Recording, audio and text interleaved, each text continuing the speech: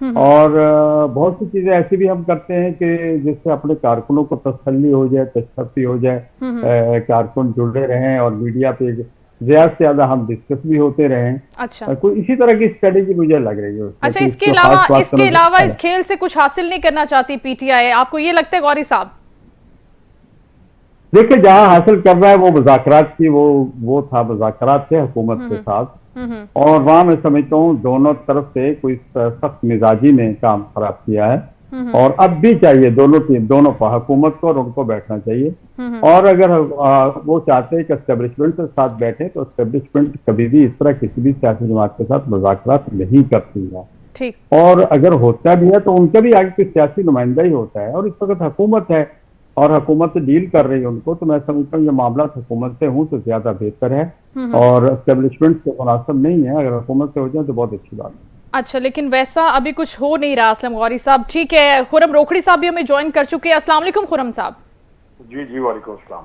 سر آپ کریکٹڈ ہی رہیے گا. اظہر جاوید صاحب سے میرا یہ سوال ہے، جس طرح سے ابھی اسلم غوری صاحب یہ فرما رہے تھے کہ بہتر ہوتا کہ آپ پولیٹیکل لیڈرشپ کے ساتھ ہی بیٹھتے. پہلے بھی آپ نے اس میٹنگ سے پہلے آپ اظہر جاوید صاحب بہت اچھے سے جانتے ہیں کہ انہوں نے صاف انکار کر دیا تھا کہ ہم نہیں بیٹھیں گے آپ کے ساتھ، کیونکہ ہم تو آپ کو مانتے ہی نہیں ہیں، آپ کے پاس تو مینڈیٹ ہی نہیں ہے. لیکن چلو، نہ چاہتے ہوئے بھی بادل نہ خواستہ یہ بیٹھ گئے. لیکن پھر وہی بات ہے جو ہم اکثر ڈسکس کرتے رہے کہ بات تو ساری نیتوں کی ہے. تو پھر نیت ان کی یہی تھی کہ ہم نے اس مذاکراتی پروسیس سے کچھ گین نہیں کرنا، جہاں سے ہمیں گین ہونا ہے ہم نے وہیں پر کنیکٹڈ رہنا ہے. گنڈاپور صاحب خود اس چیز کو مان بھی رہے ہیں، ایڈمٹ بھی کر رہے ہیں، اور وہ یہ بھی کہہ رہے ہیں کہ کیا کیا آفرز ہوئی تھیں. آل دو کہ میڈیا پر ہم دیکھتے رہے کہ وہ صاف آ کر انکار کر دیتے تھے پاکستان تحریک انصاف کے رہنما. آپ کیا سمجھتے ہیں کہ ابھی تک رابطے وہیں پر ہیں اور وہیں سے امیدیں وابستہ ہیں؟ بہت شکریہ. سب سے پہلے تو میں اس بات کا حامی ہوں کہ مذاکرات ہونے چاہیے. جو سیاسی قوتیں ہیں ان کا مقصد اس جو مذاکرات کے ذریعے آگے بڑھنا ہوتا ہے. ان مذاکرات سے انکار کس نے کیا؟ انکار یہ عمران خان صاحب خود کرتے رہے. یہ کسی کے ساتھ نہیں بیٹھے. جب یہ ایون خود حکومت میں تھے انہوں نے اپوزیشن کے ساتھ بیٹھنے سے انکار کیا. انہوں نے تضحیق کی اپوزیشن رہنماؤں کی. انہوں نے ڈفرینٹ نام دیے، ڈفرینٹ القابات دیے. ان کا جو غرور کا لیول ہوتا تھا یہ بہت اوپر ہوتا تھا، اور یہ کسی سے بات نہیں کرنا چاہتے تھے. اب جو صورتحال ہے، ایک ایسا شخص جو کہ کرپشن میں مجرم ثابت ہو چکا ہے، جسے کرپشن کے الزامات میں 14 سال سزا ہو چکی ہے، جو کرپشن الزامات میں قید کاٹ رہا ہے، وہ ایسا شخص جو کہ تنہائی کا شکار ہے، جس کے اوپر نہ پہلے اعتبار تھا نہ اب کوئی اعتبار کر سکتا ہے. ایک ایسے شخص کے ساتھ مذاکرات کون کرے گا؟ بات یہ ہے کہ پہلے انہوں نے جو مذاکرات کے لیے بات کی، حکومت کی طرف سے ایک بڑی سنجیدگی سے کوشش ہوئی. تمام اکراس دی بورڈ پارٹیز جو اس وقت اتحادی ہیں حکومت کی، وہ بیٹھی ہیں، ان کے تمام نمائندے موجود تھے. وہاں پر انہوں نے جو ہے مذاکرات جو ہے وہ انہوں نے ختم کیے اور باہر چلے جائے. اب ان کا صرف اور صرف ایک مقصد ہے. ان کا مقصد یہ ہے کہ یہ آرمی چیف کو دوبارہ ابو بنانا چاہتے ہیں، اور آرمی نے اس وقت ایک تہیہ کر لیا ہے کہ انہوں نے اے پولیٹیکل رہنا ہے. انہوں نے اس طرح کوئی ایسی چیز نہیں کرنی جس سے کسی بھی سیاسی عدم استحکام پیدا ہو ملک میں. اس وقت آپ کے ملک کی صورتحال اگر ہم دیکھیں، پاکستان کی انویسٹمنٹ بڑھ رہی ہے، آپ دیکھیں سٹاک ایکسچینج بڑھ رہی ہے، آپ کی جو ملک کے اندر جو ایکٹیویٹیز چل رہی ہیں، چیمپئنز ٹرافی شروع ہونے جا رہی ہے، ایک بہت بڑا میلہ ہے. اگر آپ پنجاب میں دیکھیں، یہاں پر مختلف ایکٹیویٹیز ہیں. ایون ابھی میں دیکھ رہا تھا ہارس اینڈ کیٹل شو شروع ہو رہا ہے. یہاں پر جو سندھ میں دیکھیں، سندھ کی حکومت بھی اپنا کام کرنے کی کوشش کر رہی ہے. فیڈرل میں دیکھیں تو وہ کوشش کر رہے ہیں کہ ملک کو استحکام کی طرف لے جایا جائے. یہ شخص اس کا ہمیشہ 2014 سے لے کے آج تک. اظہر صاحب تھوڑا کے پی کی طرف بھی چلے جائیں، اگر آپ اتنا تجزیہ کر ہی رہے ہیں اور ساری سچویشن بتا ہی رہے ہیں لوگوں کو، تو خیبر پختونخوا میں بھی آپ نے کیا دیکھا اب تک؟ وہاں پر بھی بڑا کام ہو رہا ہے، زبردست قسم کا بڑا کام ہو رہا ہے. ہر 2 مہینے بعد وہاں سے پورے حکومتی وسائل سے لشکر کشی ہوتی ہے. وہاں سے وزیر اعلیٰ جو کہ عوام کی خدمت کے لیے وہاں سے سرکاری وسائل اٹھاتا ہے. ایون ریسکیو 1112 جو ایک حساس ادارہ ہے اس کی یہ وسائل اٹھاتا ہے، فائر بریگیڈ کے وسائل اٹھاتا ہے، اور وہ لشکر کشی کرتا ہے. آپ کے وفاق کے اوپر گولیاں چلاتے ہیں یہاں پہ، اور ساری لڑائی ہوتی ہے. یہ ہو رہا ہے ادھر کے پی کے میں. آپ وہاں پہ کے پی کے کی جو حالات ہیں، نہ آپ سندھ سے موازنہ کر سکتے ہیں، نہ اس کا پنجاب سے کر سکتے ہیں، اور ایون بلوچستان سے بھی نہیں کر سکتے. اور ایک ایسا شخص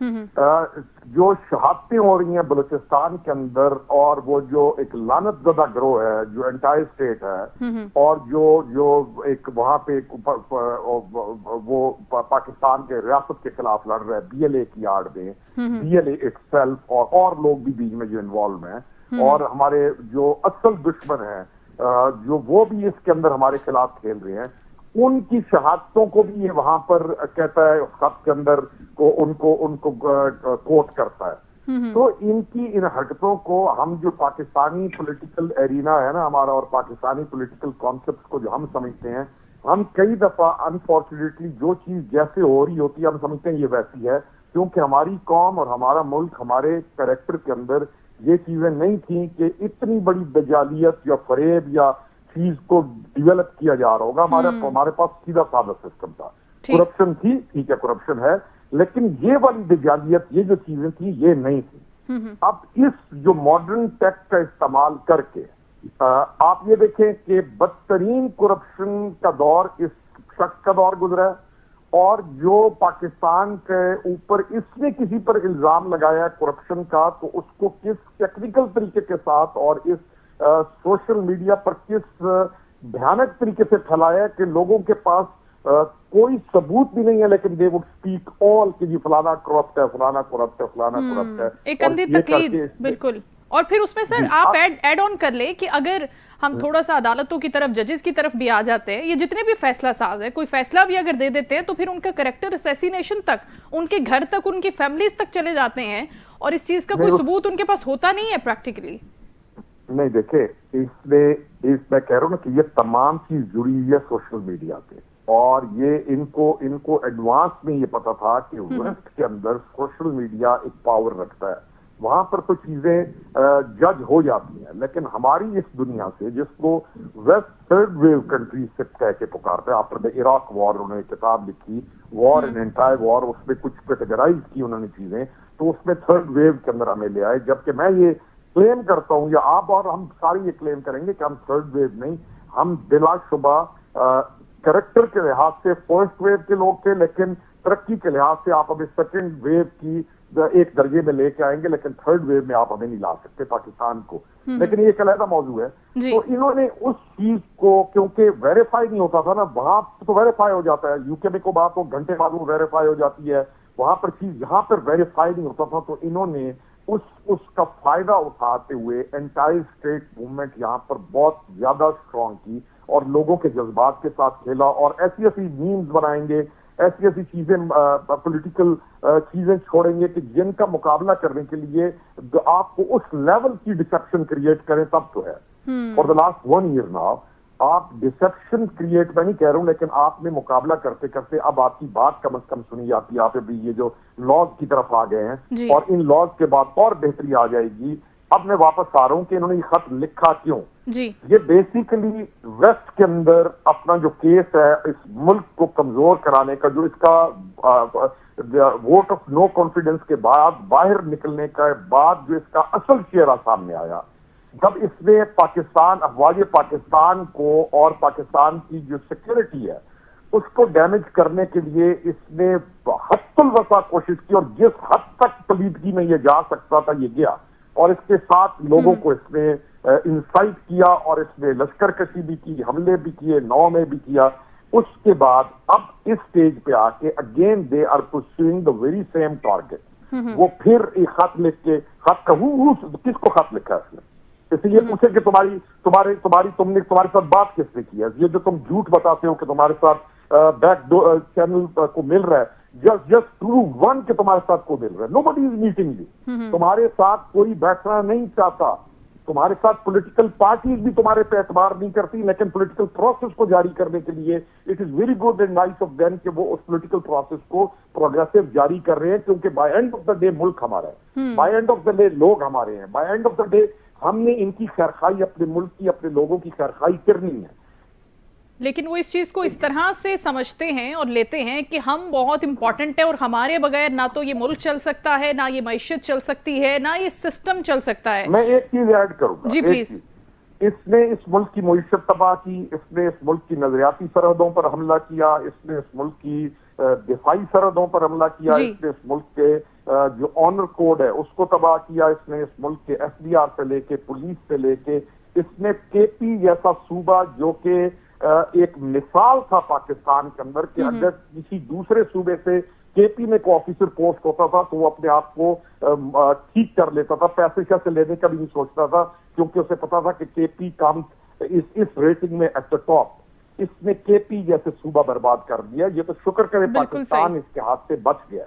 یہ خط کو اس تناظر میں دیکھیے کہ یہ پاکستان کو ڈیمیج کرنے کے لیے اس طرح کے خط لکھ کر پھر اس کے جو سٹوج ہیں اور اس کے جو paid I must not speak harsh word، اس کے پیڈ لوگ باہر بیٹھے ہیں، وہ پھر ان چیزوں کو لے کر وہاں پر جاتے ہیں، ہمارے خلاف پوری چیزیں کرتے ہیں۔ جیسے انہوں نے وہ ایک سینیٹر کو جو جھوٹی AI ٹیکنالوجی کے ساتھ یہاں پر بہت ساری چیزیں روکھڑی صاحب جو ہوتی ہیں، ہم خود ان کو we have to consider all this۔ That's right.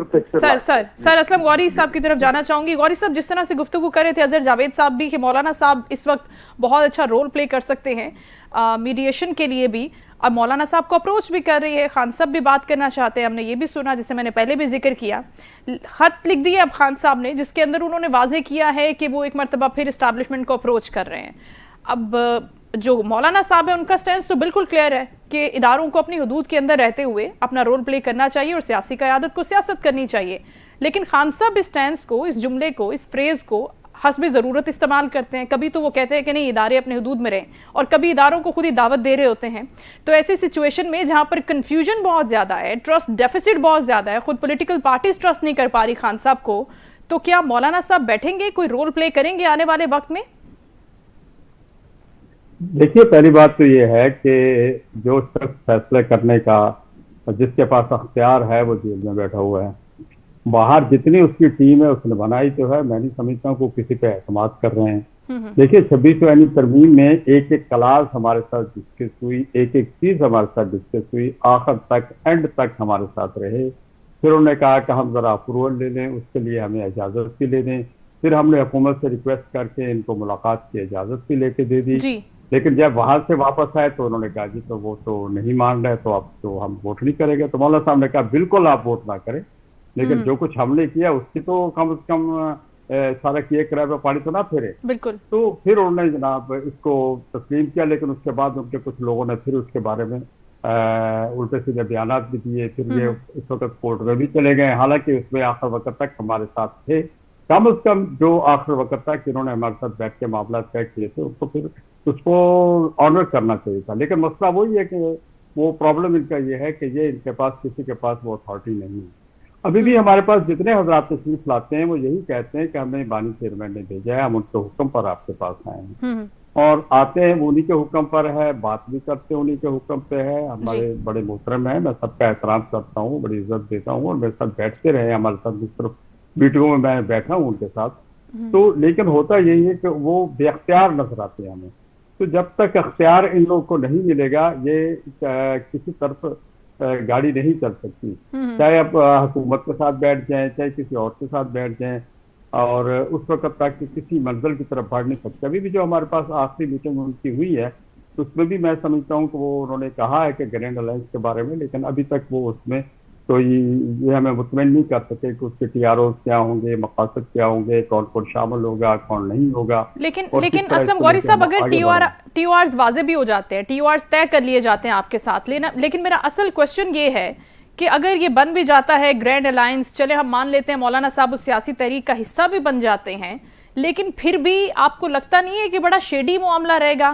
کیونکہ خان صاحب نے یہ خط لکھا ہے، خود لکھا ہے خط، اور بیرسٹر گوہر صاحب کہہ رہے ہیں کہ میں نے تو خط کو دیکھا بھی نہیں ہے، مجھے پارٹی پالیسی کے حوالے سے بھی کوئی بات نہیں کرنی، یہ تو خود عمران خان نے ان کو اعتماد میں لیے بغیر لکھ دی ہے۔ ایک طرف اگر گرینڈ الائنس چلتا رہا اور خان صاحب اڈیالہ جیل میں بیٹھ کے ایک الگ ہی چینل پہ نکل جاتے ہیں، ایک الگ راستے پہ نکل جاتے ہیں، تو پھر پوزیشن کیا رہ جاتی ہے پھر اس الائنس کی؟ یہ میرا سوال ہے آپ سے۔ نہیں، میں وہی عرض کر رہا تھا کہ اسی لیے یہ ہم نے اس پہ آگے نہیں بڑھ پا رہے ہیں۔ اچھا، کہ جب تک ہمیں کوئی مطمئن نہ کیا جائے، ہم نے یہی کہا ہے کہ اس پہ خد و خال واضح کریں صحیح طرح سے کہ اس کو کون چلائے گا، کون کون پارٹی اس میں شامل ہوگی۔ تو پھر انہوں نے کہا ہم ایک میٹنگ آپ سے اور کریں گے، تو ہمیں وہ مطمئن نہیں کر سکے کہ ہم اس پہ کوئی اگلا اسٹیپ لیں۔ تو اس لیے یہ پرابلم تو آ رہا ہے. اور بڑے محترم ہیں جو دوست آتے ہیں اور بڑے ذمہ دار لوگ ہوتے ہیں, اچھی گفتگو بھی کرتے ہیں اور سمجھدار بھی ہیں, لیکن ان کے پاس اختیار نہیں ہے بیچاروں. تو یہ وہ بیسک ہے, نہ اس کا گرینڈ لائنز ہوا میں, تو گرینڈ لائنز نہیں بنے گا. گرینڈ لائنز اسی وقت بنے گا جب ہمارے ساتھ بااختیار لوگ بیٹھیں گے اور پھر وہ فیصلے ہوں گے. پھر فیصلہ کسی ایک پارٹی کا نہیں ہوگا, اس گرینڈ الائنس کا فیصلہ ہوگا. ہم نے پی ڈی ایم اتنا عرصہ چلایا ہے, مختلف الخیال لوگ تھے, مذہبی پارٹیاں تھیں, سیکولر پارٹیاں تھیں, دوسری پارٹیاں تھیں, لیکن کسی بھی اسٹیج پہ کسی فیصلے پہ کوئی ایسی بات نہیں ہوئی کہ کسی نے فیصلہ کرنے کے بعد بھاگے ہو یا اس پہ انکار کیا ہو. تو یہاں میں سمجھتا ہوں کہ فقدان ہے مین اسی چیز کا کہ ان کو پتہ ہی نہیں ہوتا. اور خان صاحب جو جیل میں ہوتے ہیں, وہ ان کے پاس جو لوگ جاتے ہیں, جو ان کو گائیڈ کرتے ہیں, مختلف لوگ مختلف خیالات کے جاتے ہیں, وہ جو کچھ ان کو بتاتے ہیں اس کے اوپر ان کا اسٹیٹمنٹ آ جاتا ہے, اس کے اوپر ان کا اگلا اسٹیپ آ جاتا ہے. اور یہاں بھی جو حکومت کے ساتھ مذاکرات ہونے تھے انہیں کنٹینیو جاری رہنا چاہیے تھا. اور یہ ضد بازی کے پہلے یہ بنایا جائے, اس کے بعد ہم اس کو کمیشن کے بعد ہی ہم کو اگلا اسٹیپ لیں گے. تو اس میں بھی کون سا بڑے کمیشن بنے پاکستان میں, محمود ارمان کمیشن سے لے کے آج تک تو کیا حاصل ہوا؟ مقصد یہ کہ آپ کچھ حاصل کرنا چاہتے ہیں تو ٹیبل پہ بیٹھنا ہوگا. جب تک ہم ٹیبل پہ نہیں بیٹھے گی کوئی بھی سیاسی جماعت, اس وقت تک مسئلہ حل نہیں ہو سکتا. اور اس سلسلے میں بھی جتنے مذاکرات ہوئے ہیں, ہمیں آخری ٹائم تک ہمیں کوئی اس میں اعتماد میں نہیں لیا گیا.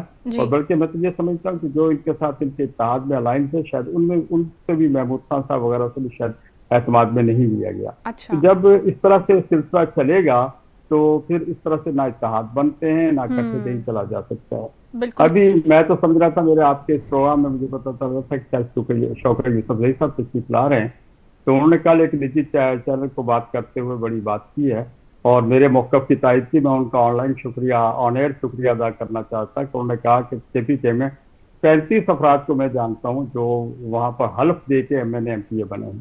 تو یہ حقیقت یہی ہے, صورتحال یہی ہے. یہ آپ پنجاب پہ الزام لگائیں, آپ سندھ پہ الزام لگائیں, آپ بلوچستان پہ لگائیں, لیکن کے پی کے پہ آنکھیں بند کر لیں, تو اس کا مطلب یہ نہیں ہے کہ کے پی کے میں یہ کام نہیں ہوا.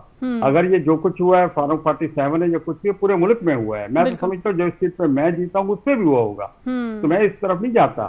لیکن یہ جب آپ یا تو آپ ایک موقف اپنا لیں کہ نہیں یہ پورے ملک میں ہوا ہے, لیکن آپ یہ کہیں کہ نہیں جی کے پی میں نہیں ہوا اور باقی ملک میں ہوا, تو میں سمجھتا ہوں یہ وہ بنیادی چیزیں ہیں جس پہ اپوزیشن کا اتحاد مشکل نظر آتا ہے اور آگے چلنا مشکل نظر آتا ہے. بالکل ٹھیک. ہمارا ان کے ساتھ فی الحال ڈے ٹو ڈے جو چیزیں ہیں پارلیمنٹ کے اندر آتی ہیں ان پہ ہماری ان سے بات چیت ہوتی ہے, ہم بیٹھتے بھی ہیں, لیکن دونوں پارٹیاں اب فیصلوں کی پابند نہیں ہیں.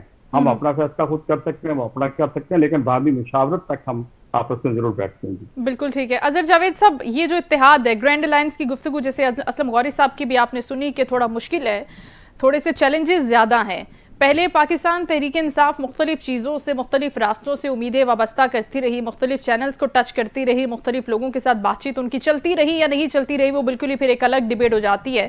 لیکن اب اگر ہم کسی بھی پاکستان تحریک انصاف کے رہنما سے بات کرتے ہیں تو ان کی ساری امیدیں اب گرینڈ الائنس سے وابستہ ہو گئی ہیں. ایک ٹریک, ایک نقطہ, ایک لائٹ ملتی ہے اور پھر سب اسی کے اوپر بات کرنا شروع کر دیتے ہیں. ایک چیز ابھی بنی نہیں ہے, اس کے ٹی آرز ابھی طے ہوئے نہیں ہیں, لیکن اب کہہ رہے ہیں کہ اب گرینڈ الائنس بنے گا, ایک ایسی تحریک شروع ہو جائے گی کہ جمہوریت کی بحالی کے لیے ہم فٹافٹ کام کرنا شروع کر دیں گے. آپ کو یہ گرینڈ الائنس بنتا ہوا نظر بھی آ رہا ہے, اور اگر آ رہا ہے تو کیا یہ اتنا ہی کامیاب ہوگا کہ اسے پاکستان تحریک انصاف کو بڑی کامیابی مل جائے گی اگر وہ مینڈیٹ کے معاملے پر بھی بات کرتے ہیں؟ دیکھیں, ایک بات ذہن میں رکھیں, جس چیز کی بنیاد جھوٹ پہ رکھی جائے وہ کبھی کامیاب نہیں ہوتی. عمران خان کا بیانیہ جھوٹ, پھر جھوٹ, پھر جھوٹ, پھر اس کو چھپانے کے لیے پھر جھوٹ بولنا. کوئی بھی قابل عزت شخص, کوئی بھی جو شخص جس کی جو ایک سٹینڈنگ رکھتا ہے, وہ اس شخص کے ساتھ بیٹھ نہیں سکتا, کیونکہ یہ شخص اپنے وعدوں کا, اپنے حرف کا, اپنے الفاظ کا پاس نہیں رکھتا. ہمارے جو اکابرین ہیں, سیاستدان ہیں, وہ لوگ اپنے الفاظ کے اوپر اپنی جان دیتے ہیں, اپنے بڑے بڑے مفادات ٹھکرا دیتے ہیں. کیا آپ سمجھتے ہیں کہ فضل الرحمان جیسے کا داور شخصیت جو کہ اپنے الفاظ پر کھڑے رہنے والے ہیں وہ ان کے ساتھ بیٹھیں گے؟ اور جیسے ابھی انہوں نے سٹوری سنا دی ہے غوری صاحب نے کہ 26ویں عالمی ترمیم میں آخر تک وہ بیٹھے رہے, سارا کچھ طے کرنے کے بعد جب وہ منظوری لینے گئے تو اس شخص نے انکار کر دیا. یہ گرینڈ الائنس کچھ بھی نہیں ہے, یہ صرف ایک وہ کیا کہتے ہیں اسموک سکرین ہے جس کو صرف اور صرف سوشل میڈیا میں ان رہنے کے لیے استعمال کیا جا سکتا ہے. کو ہمارے جو سیاستدان ہیں چاہے وہ مولانا فضل الرحمان ہے یا اچکزئی صاحب ہے، وہ قابل احترام ہے، ان کی ایک سیاسی جدوجہد ہے، ان کی ایک سیاسی ساکھ ہے، وہ ایسے شخص کے ساتھ بیٹھ کے اپنی سیاسی ساکھ کو تباہ نہیں کریں گے. تو میرے خیال میں اس طرح کا کوئی بھی گرینڈ الائنس جو ہے وہ فی الحال بنتا نظر نہیں آ رہا. اور اس کے علاوہ گرینڈ الائنس کا آبجیکٹو کیا ہوگا؟ ایک ایسے شخص کو، کرپٹ شخص کو، جسے 14 سال سزا ہو چکی ہے، جو اس نے کرپشن کی ہے، وہ اس وقت جیل میں ہے، کیا اس کو چھڑوانے کے لیے گرینڈ الائنس بنوایا جائے گا؟ یہ سب کچھ این آر او کے لیے کیا جا رہا ہے. یہ جو خط لکھے جا رہے ہیں، یہ این آر او کی ایک کوشش ہے کہ ہمیں معاف کر دیں، ہم آپ کے پاؤں پڑتے ہیں. آج سے پہلے تک یہ کہتے تھے، اب کیا ہو کیا رہا ہے؟ اب جو سطح پہ ان کی جو تحریک انصاف کی سوشل میڈیا ٹیمیں ہیں، وہ کیا نہیں کر رہی پاکستان کے فوج کے خلاف، پاکستان کے خلاف. یہاں بیٹھ کے زہر اگلا جا رہا ہے، پاکستان کے خلاف بات کی جا رہی ہے، آرمی چیف کے خلاف بات کی جا رہی ہے، اور ایون ہمارے شہداء کو نہیں چھوڑا گیا. کوئی شہید ہوتا ہے، ہمارا فوجی جان قربان کرتا ہے اپنے ملک پہ، جو اتنی ساری شہادتیں ہوئی، آپ ان کے سوشل میڈیا پیجز جا کے دیکھیں. سر ان کے آفیشیل اکاؤنٹ، ایون خان صاحب کے آفیشیل اکاؤنٹ سے ایسی چیزیں پوسٹ ہوتی ہیں. تو بات وہی آ گئی نا کہ یہ دوغلا پن ہے، یہ فراڈ ہے، یہ سموک سکرین ہے. جب تک سانحہ 9 مئی کا حساب نہیں ہوگا، جب تک یہ معافی نہیں مانگیں گے، جب تک اس پہ جو شہداء کی جو بے حرمتی کی جاتی ہے، جو انہوں نے جناح ہاؤس پہ حملہ کیا ہے، جو انہوں نے ہمارے دوسرے جو دفاعی ادارے ہیں ان پہ حملہ کیا ہے، جو ہمارے شہداء کے مجسمے انہوں نے اکھاڑے، تب تک یہ معاملہ آگے نہیں چلے گا. خان صاحب اس کے محرک تھے، اس کے منصوبہ ساز تھے، ان کے کہنے پہ یہ سارا کچھ ہوا ہے. سانحہ 9 مئی کو یہ معافی مانگنی پڑے گی. معافی مانگ کر یہ اگر شخص آگے بڑھے تو پھر کوئی نہ کوئی صورتحال نکل سکتی ہے. اور جتنا نقصان اظہر جاوید صاحب پہنچا دیا گیا نا اس وقت ان تمام ہمارے سیکیورٹی اداروں کو، ان تمام لوگوں کے بارے میں، جس طرح آپ نے شہداء کا ذکر کیا، اب وہ جو ایک درار ڈالی ہے، وہ جو نقصان کیا ہے نا، اس کی کیا کہتے ہیں کہ بھرپائی کرنا تقریباً ناممکن ہے. تو کس طرح سے ان کو وہاں پر سپیس مل سکتی ہے؟ ناممکن کی بات نہیں ہے. میں سمجھتا ہوں کہ ہمارے جو پاکستانی ہے ان کی اکثریت کیا 99%، 98% اپنے اداروں کا احترام کرتے ہیں، اپنے پاک کا احترام کرتے ہیں، اپنے شہداء کے ساتھ کھڑے ہیں، اپنے اداروں کی سلامتی کے ساتھ کھڑے ہیں. آج بھی خدا نہ خواستہ اگر پاکستان پہ کوئی حملہ کرتا ہے تو یہی عام لوگ اپنی فوج سے آگے بڑھ کے اپنے دفاع، اپنے وطن کے دفاع میں اپنا کردار ادا کریں گے. یہ صرف ایک سوشل میڈیا کا سٹنٹ کھیلا جاتا ہے. امریکہ میں بیٹھا ہوا جو ایک شخص جو پی ٹی آئی کا یہ سوشل میڈیا ونگ چلا رہا ہے، جو عمران خان کا سوشل میڈیا اکاؤنٹ بھی چلا رہا ہے، وہ وہاں سے پاک فوج کے خلاف زہر اگلتا ہے، ان کے خلاف 1971 کے حوالے سے جو ہے وہ زہر اگلا جاتا ہے، اور دوسری طرف آپ خط لکھتے ہیں. یہ کون سی آپ سیاست کرنا چاہ رہے ہیں؟ یہ کون سا یہ کیا کہتے ہیں سیاسی حربہ ہے کہ وہ کرنا چاہ رہے ہیں؟ اب عام آدمی کو جو پہلے ہی دیکھیں، یہ جو ابھی بات کی نا غوری صاحب نے کہ کے پی کے میں فارم 47 کا کیوں نہیں رولا ڈالا جا رہا؟ کے پی کے میں جتنی دھاندلی ہوئی ہے، اتنی دھاندلی میں کہتا ہوں آپ الزام پچھلے جتنے بھی انتخابات اٹھا کے دیکھ لیں تو اتنی دھاندلی نہیں ہوئی. کیا مولانا فضل الرحمان کی جماعت جو پچھلے اتنی اکثریت لیتی رہی ہے، وہاں سے سیٹیں لیتی رہی ہے، جماعت اسلامی وہاں سے سیٹیں لیتی رہی ہے، کیا یہ اتنی کمزور ہو گئی کہ ان کو سیٹ ہی نہیں مل رہی؟ تو کے پی کے ایک منظم منصوبہ بندی کے تحت ایک کیا کہتے ہیں پوری دھاندلی کی گئی، اور ان جماعتوں کو، ان لوگوں کو، ان بڑے قداور شخصیات کو باہر رکھا گیا. تو کیا اس سارے عمل کو میں تو کہتا ہوں تمام جماعتیں مل کے سب سے پہلے کے پی کے سے دھاندلی کا آغاز کریں. جیسے انہوں نے کہا کہ 35 لوگوں کو حلف نامے دے کے صرف کے پی کے سے ان کو جتوایا گیا یا ان کے نوٹیفکیشن ہوئے، تو یہ دھاندلی کی سب سے بڑی مثال ہے. یہ تو پھر خود انہوں نے کہہ دیا نا، یہ تو خود پاکستان تحریک انصاف کے رہنما سر مان رہے ہیں. خرم روکھڑی صاحب، ہم اگر اس لیٹر پر آئیں، اپنے اسی پوائنٹ کے اوپر خط لکھا گیا، اداروں کو لکھا گیا، چیف آف آرمی سٹاف کو ایڈریس کیا گیا، ان تمام مسائل کے اوپر بات کی گئی. سب سے پہلے تو ہم آپ سے یہ جاننا چاہتے ہیں کہ کیا واقعی ادارے ایسے خطوط کو سیریس لیتے ہیں، اور کیا واقعی ایسے خطوط کے جوابات دیے جاتے ہیں؟ کیونکہ خان صاحب فرما رہے ہیں کہ وہاں سے جو بھی جواب آئے گا وہ اس کو ویلکم کریں گے، اس کا خیر مقدم کریں گے. پچھلے دنوں نا اس کی بیوی نکلی ہے پشاور سے، اور ہمارا جو سب سے مضبوط ساتھی ہے، دوست ہے، اور جہاں سے ہمیں سپورٹ آتی ہے وہ سعودی عرب ہے. اور اس کی بیوی ایک انٹینشنلی ایک شیطانی موومنٹ کرتی ہے اور سعودیہ کے خلاف ایک ایسے بیانات دے کے جی اور کے پی جیسے صوبے سے جس کے لوگ بہت زیادہ بینیفیشری ہیں، میکسیمم لوگ کے پی کے سعودیہ کے اندر اس وقت ہیں اور بڑی اچھی زندگی گزار ہیں، اور جب وہ یہ لشکر کشی کرنے سے پہلے یہ شیطانی حرکت کرتی ہے تو اس کا سوشل میڈیا اس کو پھینکتا ہے، اور پھر اگلے دن کراؤن پرنس کی شان میں یہ 2 ٹویٹ بھی کرتے ہیں۔ تو اس کی یہ جو فریب ہے، یہ اس کی دجالیت ہے، اس کے خط لکھنے کو بالکل اسی تناظر میں دیکھا جائے کہ فوج کو کون سے القاب اس نے نہیں دیے۔